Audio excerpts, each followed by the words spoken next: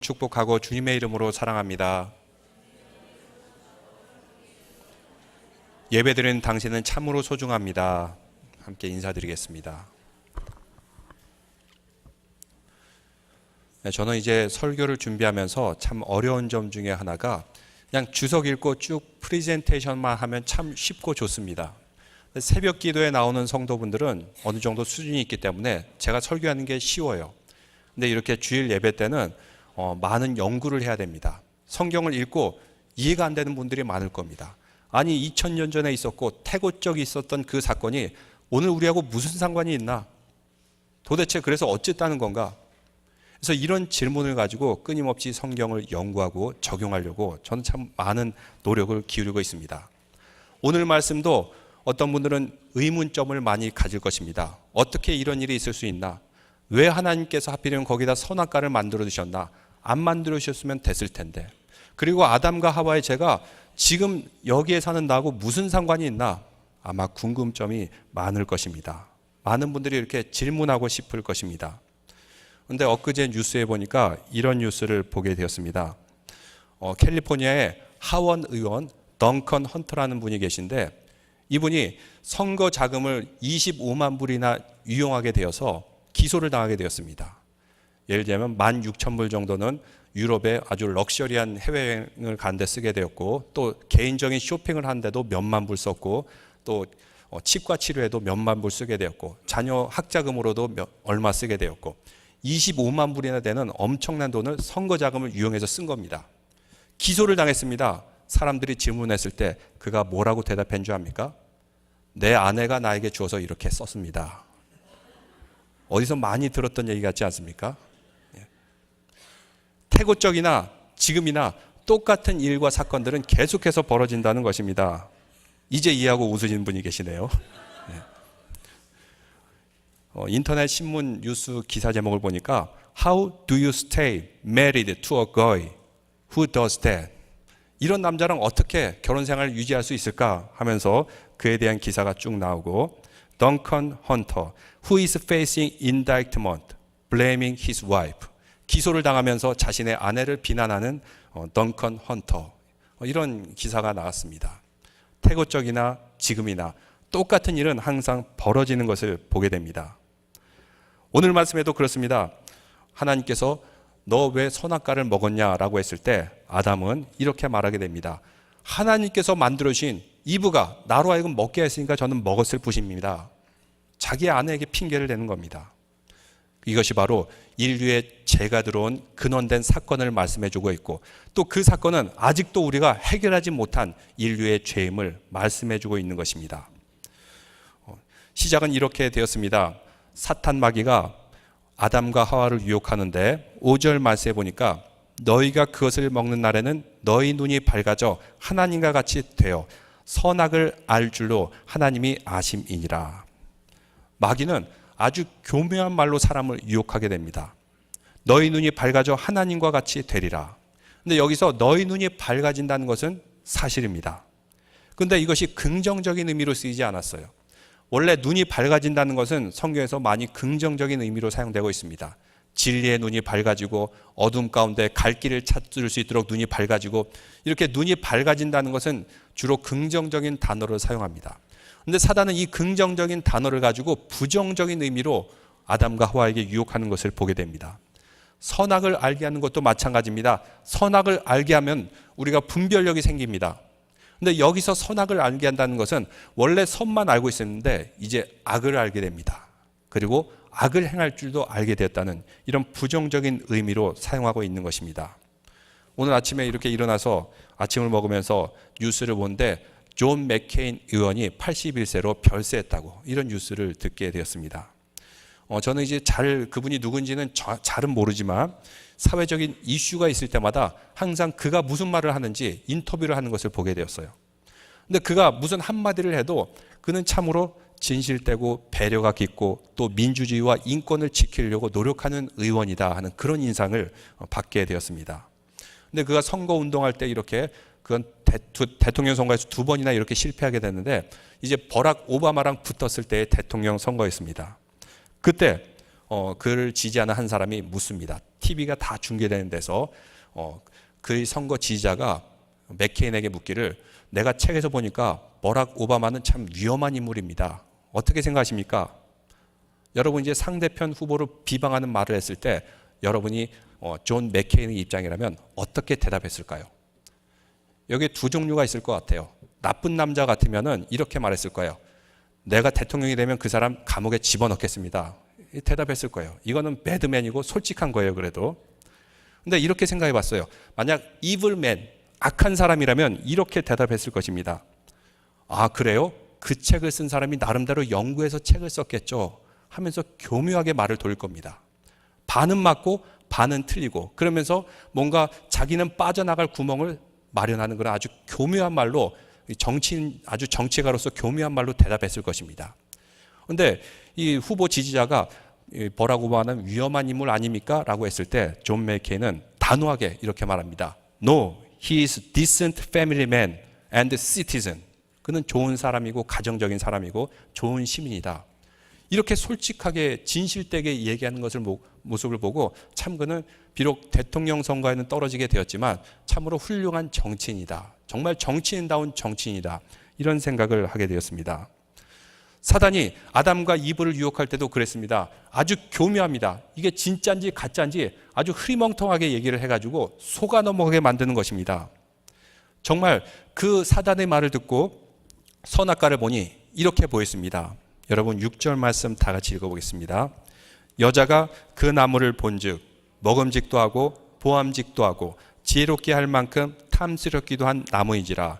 여자가 그 열매를 따먹고 자기와 함께 있는 남편에게도 주매 그도 먹은지라. 이 선악과를 보니까 그냥 보통 나무하고는 틀렸던 것 같습니다. 보니까 아주 훌륭해 보이고 이 나무 정말 뭔가 지혜를 가져다 줄 것 같고, 이 나무에게 빌면은 뭔가 신령한 힘을 가져다 줄 것 같고, 하나님과 같이 될 것 같고, 이런 아주 좋아 보이는 근사한 나무였던 것 같습니다. 그래서 결국 이브는 그 열매를 자기도 먹고 자기의 남편에도 주게 되는 것입니다. 하나님께서는 분명히 선악과를 먹지 말라고 했습니다. 먹는 날에는 내가 반드시 죽으리라고 했습니다. 이 말을 들으면 여러분들이 아마 의문점을 가질 겁니다.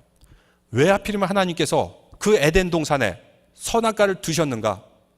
선악과가 없었다면 아담과 이브가 유혹을 받지도 않았고 먹지도 않았을 텐데 왜 하나님께서는 하필이면 거기다 선악과를 두어서 사람으로 하여금 시험을 받게 만들고 죄가 이 땅에 들어오게 했나? 참 이런 질문을 많이들 하게 됩니다. 여기에 대해서 우리가 참 그 현장에 없었기 때문에 어떻게 해석해야 될지 난감하기도 합니다. 그런데 여기에는 우리에게 주는 메시지가 있습니다. 우리는 피조물입니다. 하나님은 창조주고 피조물은 공간과 시간 안에 살기 때문에 그 이상의 차원의 세계는 알 수가 없어요. 그 이상으로 갈 수도 없습니다. 그런데 하나님께서는 창조주로서 그 이상의 세계에서 이 땅을 시간과 공간과 여러 가지 질서와 법칙 가운데 창조하게 되었던 것입니다. 그런데 창조와 조화와 질서를 위해서는 법칙이 있습니다. 해야 될 것이 있고 하지 말아야 될 것이 있습니다. 만약 아무렇게나 하고 산다면 그것은 방종입니다. 그런데 하나님께서는 우주도 질서와 조화 가운데 분명한 법칙 가운데 운행하게 하셨지만 우리 인간의 삶도 하나님의 말씀과 질서와 법칙 가운데 살아가라고 말씀하시는 것입니다. 하나님께서 창조하셨는데 아무런 법칙이 없어요. 아무런 질서가 없어요. 그러면 어떻게 됐겠습니까? 중력의 법칙이 없었다면 우리는 태양으로부터 지구가 떨어져 나갈 것입니다. 관성의 법칙이 없었다면 지구는 가만히 멈춰 설다가 죽음의 땅이 되었을 것입니다. 그런데 하나님께서는 얼마나 세상을 창조하면서 지혜롭게 만드셨는지 거기에는 운행하는 법칙이 있어요. 하다못해 매일 아침마다 차 사고가 나는 것을 우리가 볼 수 있는데 하나님께서 창조하신 이 우주 가운데서는 별들끼리 부딪히지를 않아요. 서로 질서와 조화 가운데 살아가게 됩니다. 관성의 법칙, 중력의 법칙, 이런 시간의 법칙, 여기에 따라서 이 우주가 너무나도 조화롭게 운행하는 것입니다. 이 질서와 법칙과 제한이 없다면 온 세계는 뒤죽박죽이 될 것입니다. 우리의 삶도 그렇습니다. 하나님께서는 우리에게 모든 것을 다 할 수 있는 자유를 주셨어요. 그렇지만 하지 말아야 될 것은 분명히 있는 것입니다. 하나님께서 해야 될 것을 해야 되고 하지 말아야 될 것은 피해야 된다는 그 법칙 가운데 질서 가운데 살아가라는 메시지가 담겨 있는 것입니다. 이것이 우리의 자유를 제한하는 것이 아닙니다. 우리를 자유롭게 하고 우리의 가치를 매우 높여주는 것입니다. 세상의 법칙도 그렇습니다. 미국의 프로 선수들 평균 연봉이 이렇다고 합니다.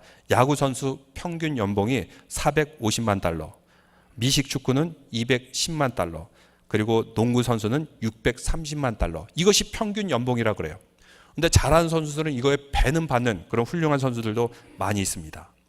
근데 여러분, 야구라는 운동은 그 특성이 어떻습니까? 조그만 배트를 가지고 조그만 공을 쳐내야 됩니다. 마음 같아서는 내 배트는 더 크게 만들어 가지고 공이 갔을 때 더 잘 칠 수 있으면 얼마나 좋을까요? 그리고 마음 같았으면 투수가 던질 때 공을 더 작게 던져 가지고 타자를 맞추면서 위협을 주면서 게임을 하면 얼마나 쉬울 수 있어요. 근데 그렇게 못해요. 분명한 법칙이 있고 질서가 있고 한계가 있고 제한이 있습니다. 공을 아주 신나게 땅 하고 맞춰가지고 공이 멀리 날아갔는데 다이아몬드 좀 밖으로 넘어가게 되면 이것은 홈런도 아니고 안타도 아니고 파울이에요. 이 제한된 범위 안에서 공을 잘 던져야지, 또 공을 잘 쳐야지만 점수가 나고 훌륭한 선수가 되는 것입니다. 이 제한된 질서와 법칙 가운데 자유롭게 점수를 잘 내는 선수들은 아주 매우 높은 몸값을 받고 연봉을 받는 것을 보게 됩니다. 사람들로부터 인기도 많습니다. 사람들의 선망의 대상이 되기도 합니다. 우리가 세상을 살아가는 이 질서와 조화의 법칙도 그렇습니다. 하나님께서 분명히 주신 원칙이 있고 법칙이 있습니다. 그런데 그 안에 우리가 자유를 누리며 살아갈 때, 하나님의 말씀을 지키며 복음을 지키며 자유롭게 살아갈 때 하나님께서는 우리의 존재 가치를 높여줄 줄로 믿습니다. 바로 선악과는 그런 의미가 있습니다. 너희들이 이거는 하지 마라. 이 경계선은 넘어가지 말라. 이 경계선을 넘어가게 됐을 때는 너에게 사망과 죽음, 죄가 있으리라 말씀하여 주는 것입니다. 또 선악과는 어떤 의미가 있을까요? 아담과 이브가 선악과를 봤을 때 이 선악과를 통해서 그들이 지혜로워질 것으로 생각했고 그들이 하나님과 같아질 것으로 생각했어요. 이 선악과에 세상의 모든 가치, 모든 목적을 부여한 것입니다. 이것은 피조물을 따릅니다. 피조물에 모든 가치를 부여하고 절대적인 목적을 부여하는 그것이 바로 우상숭배입니다. 우상숭배와 미신, 여러 가지 죄를 동반하게 되는데 우상숭배의 특징은 뭐냐면 창조주 하나님이 아닌 피조물의 절대적인 가치와 목적을 두는 삶, 이것이 바로 우상숭배예요. 재물이든 이것이 뭔가 자기가 소중하게 생각하는 피조물이든 이 피조물 가운데 절대적인 가치를 부여하게 되었을 때 그것이 곧 우상숭배가 됩니다. 작년 여름에 개기일식이 이곳을 지나가게 되었습니다. 달이 태양을 가리는 그 개기일식. 근데 이쪽 지역은 100%는 안 가렸던 것 같고 99% 정도 가렸던 것 같습니다. 달이 태양을 가리는데 그 사이로 태양빛이 아주 영롱하게 비춰나는 것입니다. 선글라스를 끼워본데 너무나 아름다워서 제가 선글라스를 잠깐 벗고 그 태양빛을 바라보게 되었어요. 방송에는 그러지 말라 그랬는데, 눈 다친다 그랬는데 저도 이 빛이 너무 아름다우니까. 근데 그전에는 태양이 눈부시기 때문에 쳐다볼 수도 없지만 개기일식을 통해서 태양빛이 얼마나 아름다운 빛인가, 얼마나 영롱하고 찬란한 빛인가, 개기일식을 통해서 새롭게 깨닫게 되었습니다. 그런데 고대 이집트 사람들도 이 태양빛이 얼마나 아름다운 것인지 알았던 것 같아요. 이거는 피조물입니다. 아름답고 찬양합니다. 오늘 우리가 성가대학가 찬양도 됐듯이 참 아름다워라, 주님이 지은 세상, 이렇게 하나님이 지으신 피조물을 우리는 감사하면서 하나님께 영광을 돌려야 되는데 고대 이집트 사람들은 이 태양에 절대적인 가치를 부여했어요. 태양을 숭배하고 태양을 섬기고 우상 숭배해야 됐습니다. 이로 인해서 각종 범죄와 악한 일들이 생겨나게 되는 것입니다. 우리도 살아가면서 뭔가 우상 숭배를 가지고 있지는 않습니까? 그것이 재물이든 권력이든 인기든 명예든 세상의 어떤 피조물도 우리의 우상이 되어서는 안 됩니다. 우리는 오직 하나님께만 최고의 목적을 가지고 하나님께 최고의 가치를 높여드리는 믿음의 성도들 되시기를 주님의 이름으로 축원합니다. 그런데 아담과 이브는 선악과의 최고의 목적을 가지고 있었던 것입니다. 이것이 바로 우상숭배였던 것입니다. 이렇게 그들이 선악과를 먹게 되었을 때 어떻게 되었습니까? 사탄의 말대로 일부 맞아떨어진 게 있어요. 눈이 밝아졌어요. 7절 말씀 다 같이 읽겠습니다. 이에 그들의 눈이 밝아져 자기들이 벗은 줄을 알고 무화과 나무 잎을 엮어 치마로 삼았더라. 눈이 밝아지긴 했는데 그들이 벌거벗은 게 부끄러웠어요. 그것을 가리기 위해서 무화과나무 잎을 따다가 몸을 가리게 됩니다. 원래 인간은 벌거벗었지 않았습니까? 근데 벌거벗은 거하고 죄하고 무슨 상관이 있습니까? 그전에는 벗었어도 생각조차 하지 않았어요. 순수했습니다. 창세기 2장 25절 말씀해 보니까 부끄러움을 몰랐다고 합니다. 이거는 뻔뻔한 것과는 틀립니다. 여러분, 어린아이들은 벌거벗어도 부끄러운 줄을 몰라요. 어른들은 벌거벗으면 부끄러운데 왜 어린아이는 부끄러운 줄을 모를까요? 연구에 의하면 한 2살까지 정도의 아이들은 얼굴, 손, 발, 그리고 어른들이 애써 가리려는 그 신체의 부위, 뭐라고 말로 표현은 못하겠고, 어른들이 가리려는 그 신체의 부위, 손이나 발이나 얼굴이나 똑같은 신체 부위라고 생각한다는 것입니다. 왜냐하면 이것은 똑같은 신체의 부위입니다. 무슨 차이가 있겠습니까?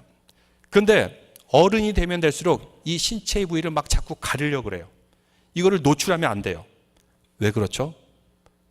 그 가리려는 신체의 부위가 욕망과 죄로 연결되기 때문입니다. 그래서 이것을 가리려고 하는 것입니다. 죄를 숨기기 위해서, 욕망을 숨기기 위해서. 세상의 많은 범죄들, 살인, 강간, 폭행, 그리고 도둑, 이런 모든 것들, 그 근원을 따지고 보면 인간이 가리고자 하는 그 신체 부위로부터 시작되는 것을 보게 됩니다. 종종 이런 일이 있는데 제가 얼마 전에 어떤 분으로부터 들은 얘기입니다. 미국에 몇 년 전에 한 여자 교수님이 남편을 총으로 쏴 죽인 그런 사건이 있었습니다. 그때 그 여자 교수를 직접 상담한 분으로부터 제가 얘기를 들었어요. 그 여자 교수님이 스튜디오스 출신으로서 아주 미인이라고 합니다. 근데 중동 계통의 의사인 남편을 만나게 되었어요. 그 남편인 의사는 또 의대 교수 일도 하게 되었습니다. 근데 알다시피 중동에 있는 사람들은 좀 생각이 틀려요. 자기의 아내가 주마다 몇 사람씩 있는 겁니다. 이거를 알게 되고 그 여자 교수가 매우 괴로워했다고 합니다. 괴로워하고 상담도 하다가 이제 뭔가 결단을 했는지 나중에 경찰 조사에서 알고 보니까 총기 쏘는 연습을 했다 그래요. 그래서 어느 날 마음을 먹고 대학에 있는 남편을 직접 찾아가서 그 총으로 남편을 쏴 죽이고 자기도 자살한 그런 사건이 있었습니다.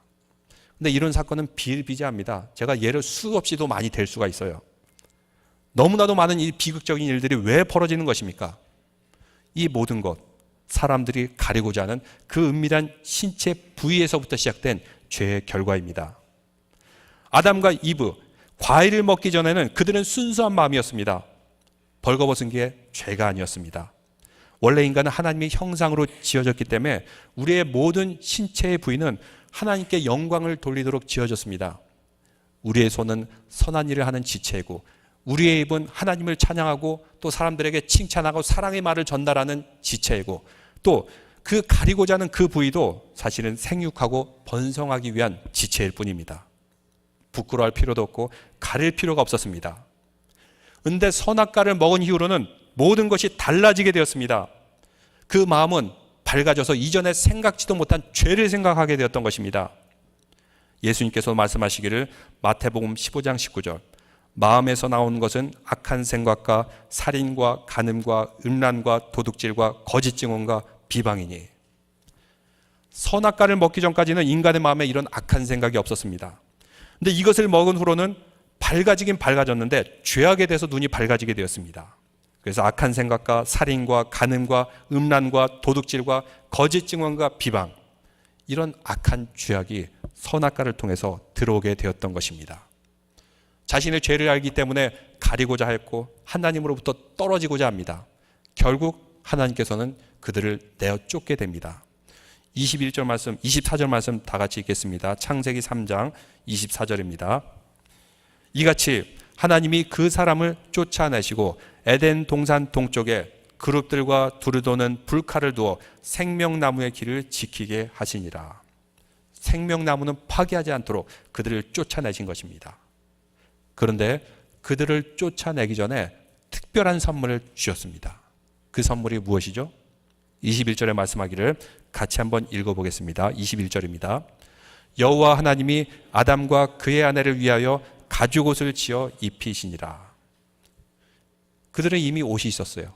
무화과나무 옷이 있었습니다. 그런데 이 무화과나무 잎은 기둥으로부터 떨어졌기 때문에, 그 가지로부터 떨어지기 때문에 수분을 공급받지 못해서 금방 시들어 죽었을 것입니다. 그들도 하나님으로부터 떨어졌기 때문에 시들어 죽어가는 영혼이었습니다. 그런데 그들을 위해서 하나님께서는 가죽옷을 지어 입혔다라고 말씀하고 있습니다. 그들이 도망가고 숨습니다. 그때 하나님께서 이렇게 묻습니다. 3장 9절 말씀 다 같이 읽어보겠습니다. 여호와 하나님이 아담을 부르시며 그에게 이르시되 내가 어디에 있느냐. 하나님께서는 어디 있는지 다 아십니다. 그리고 그들이 죄를 지은 것도 알고 계십니다. 이런 그들에 대해서 하나님께서 내 죄를 알렸다 이러지 않으셨어요. 너 여기 숨어서 뭐 하느냐 이러지 않으셨습니다. 뭐라고 하셨어요? 내가 지금 어디에 있느냐. 다정다감하게 물으셨던 것입니다. 이것은 그들의 영혼의 현 상태를 묻는 것입니다. 내가 왜 이러고 있느냐? 너희 영혼이 왜 방황하느냐? 아담과 이브에게 뿐만 아니라 오늘 우리에게도 묻고 계십니다. 얘야, 내가 어디에 있느냐? 우리에게도 지금 묻고 계십니다. 너희 영혼의 상태가 어디 있느냐? 왜 방황하고 있느냐? 왜 죄 가운데 괴로워하느냐? 왜 과거의 상처와 아픔 때문에 괴로워하고 있느냐? 하나님께서는 너를 지켜보고 계신다 라는 그런 다정한 말로 그들에게 전달했던 것입니다.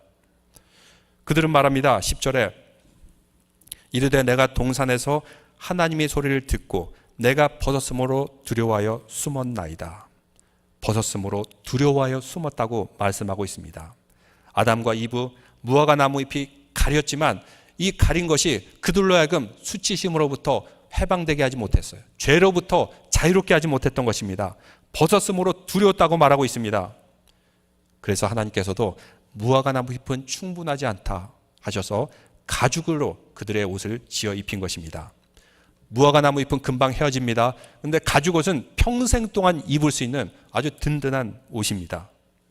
이것이 어떤 의미냐면 예수님께서 계시록 16장 15절에 말씀하시는데 보라 내가 도둑같이 오리니 누구든지 깨어 자기 옷을 지켜 벌거벗고 다니지 아니하며 자기의 부끄러움을 보이지 아니하는 자는 복이 있도다. 자신의 벌거벗음을 가리움을 갖는 자, 수치심과 부끄러움을 가리움을 갖는 자는 복이 있다고 말씀하고 있습니다. 이런 그들을 위해서 하나님께서는 그들을 가려주기 위해서 옷을 지어 입혔는데 이 옷을 지어 입혀줄 때 아담과 이브는 아무것도 한 것이 없어요. 그들은 그냥 옷을 입은 것밖에 없습니다. 주님께서 주셨을 때 그 옷을 입은 것입니다. 구원도 이와 같습니다. 주님께서는 우리에게 구원의 옷을 덧입혀 주셨습니다. 우리가 해야 되는 것은 그 구원의 옷을 그냥 입기만 하면 되는 것입니다. 그 구원 옷을 입고 구원받는 믿음의 성도들 되시기를 바랍니다. 근데 이 가죽 옷을 만들기 위해서는 어떻게 해야 됐습니까? 어떤 짐승들을 죽여야 됐습니다. 죽이고 가죽을 뜯어내야 됐어요. 피를 흘리고 죽여야 됐습니다. 하나님께서는 아담과 이브의 죄를 가리기 위해서 이 짐승들을 죽이게 되었던 것입니다. 첫 번째로 짐승이 죽는 희생이 일어난 사건입니다. 이것은 바로 구약 제사의 기원이 되기도 합니다. 구약 성경에 보면 모세의 율법에 죄를 회개하기 위해서는 순전하고 흠이 없는 짐승을 잡아서 희생 제사를 드리라고 말씀하고 있습니다. 왜냐? 성경에도 나오지만 히브리서 9장 22절 피 흘림이 없은즉 사함이 없느니라. 피 흘림과 희생을 통해서 죄를 용서하겠다고 말씀하고 있습니다. 여러분 애완동물 키우시는 분들 계십니까? 이런 분들은 아주 잘 공감하실 겁니다. 아담과 이브가 에덴 동산에 있을 때 그들은 모든 동물 짐승들과 교감을 할 수 있었어요. 사자도 호랑이도 아담과 이브 앞에서는 애완동물이었어요. 그리고 토끼나 사슴도 사람을 무서워하지 아니었습니다. 아담과 이브의 반려동물 같은 그런 사자와 호랑이와 토끼와 사슴, 사람과 교감이 가능한 아주 순한 동물, 길들여진 그런 동물 같았습니다. 그런데 이 순진한 짐승들이 아담과 이브의 벌거벗음과 죄를 가리기 위해서 찢겨지고 피를 흘리고 희생하게 되었습니다. 이 장면을 지켜본 아담과 이브의 느낌이 어땠을까요? 마치 집에서 기르던 잘 기르고 있던 애완동물을 죽여서 피를 흘리고 찢겨내는 그런 고통이 있었을 것입니다. 그래서 구약 제사 제도에 의하면 제사를 드릴 때 어떤 동물을 제사 드리게 됩니까? 양과 염소인데 어릴 때부터 흠이 없고 점이 없게 키운 그런 양과 염소만 제사 드릴 수 있어요. 마음 같아서는 들짐승 잡아다가 제사 드릴 수도 있습니다. 어차피 짐승 죽여 제사 드린 건데. 그런데 성경에는 꼭 자기가 어릴 때부터 키운 양과 염소를 제사로 드리라고 합니다. 왜 그렇습니까? 들에서 그냥 잡아 죽여드리는 그런 희생제사는 아무런 공감이 없을 거예요. 교감이 없을 것입니다. 근데 자기가 어릴 때부터 쭉 키워온 것을 봐왔던 그런 양과 염소, 정성껏 키워온 양과 염소가 죽임을 당할 때 사람들은 깨닫게 됩니다. 죄가 이렇게 무서운 것이구나. 내가 이렇게 이 죄로 인해서 죽음을 당해야 되는데, 심판을 받아야 되는데 이 짐승이 대신 희생당했구나. 다시는 그러지 말아야지. 사람의 마음 가운데 회개하게 되는 것입니다. 예수 그리스도께서 십자가 위에 우리의 처음이자 마지막 희생제사가 되어주셨습니다. 그래서 오늘날 우리는 더 이상 짐승을 죽이며 제사를 지내지 않아도 됩니다. 에덴 동산에서 하나님께서 처음으로 짐승을 희생시키셨습니다. 그런데 예수 그리스도께서는 십자가 위에서 우리의 마지막 희생제물이 되어주셨습니다. 에덴에서는 가죽옷을 입혀주셨습니다. 그러나 예수 그리스도께서는 우리에게 구원의 옷을 덧입혀 주셨습니다. 아담과 하와에게 죄 없는 짐승을 희생시켰고, 십자가 위에서 죄 없는 예수 그리스도께서 우리의 모든 죄와 사망 권세 때문에 희생당하고 십자가에 못 박혀 죽으셨습니다. 그래서 갈라디아서 3장 27절에 이렇게 말씀하십니다. 누구든지 그리스도와 합하기 위해 세례를 받은 자는 그리스도로 옷 입었느니라. 그리스도로 옷 입었느니라. 우리 모두 예수 그리스도로 옷 입은 믿음의 성도들인 줄로 믿습니다. 그렇기 때문에 아담과 하와처럼 하나님이 존재를 피하는 것이 아니라 이제는 담대하게 주님의 전에 나올 수가 있는 것입니다. 주님의 전에 와서 우리는 구원의 백성이 된 것입니다. 세상의 어떤 것도 우리를 죄와 사망 권세로부터 지켜줄 수가 없습니다. 그런데 예수님께서 친히 십자가의 제물이 되셔서 우리에게 구원의 옷을 덧입혀 주셔서 나를 위해 십자가에 흐르신 그 피의 희생의 의지로 말미암아 우리는 죄와 사망 권세로부터 가림받을 수가 있는 것입니다. 우리는 피조물입니다. 아무리 자유를 누린다고 해도 하나님의 그 말씀과 뜻 안에서 하나님으로부터 벗어나서 누리는 자유는 허망할 뿐이고 죄와 사망 권세로 이어지게 됩니다. 그런데 주님의 말씀과 그 명령에 따라 살 때 참된 자유를 누릴 줄로 믿습니다. 또한 주님께서는 오늘 우리에게도 계속해서 묻고 계십니다. 사랑하는 내 아들아, 사랑하는 내 딸아, 내가 지금 어디에 있느냐? 우리의 영적인 상태를 묻고 계시는 것입니다. 무엇이 우리를 수치와 죄와 상처와 아픔과 과거로부터 극복할 수 있고 회복할 수 있게 해주십니까? 나를 위해 피 흘려 죽으신 예수 그리스도의 피만이 우리의 모든 것을 회복시켜 줄 줄로 믿습니다. 우리의 고통과 아픔, 우리의 씻겨야 될 그런 죄악들, 은혜의 보좌에 담대히 나올 수 있는 이유는 예수님께서 구원의 옷을 우리에게 덧입혀 주셨기 때문입니다. 하나님과 멀어진 믿음의 성도들, 이 시간 회복되시기를 바랍니다. 주님의 말씀과 명령에 순종하여 참된 자유를 누리고 그 삶의 기쁨의 강이 흐르고 형통의 강이 흐르고 주님께서 친히 허락하신 예수 그리스도의 구원의 옷을 덧입음을 통해서 주님의 임재의 자리를 날마다 회복하는 믿음의 성도들 되시기를 주님의 이름으로 축원합니다. 기도드리겠습니다.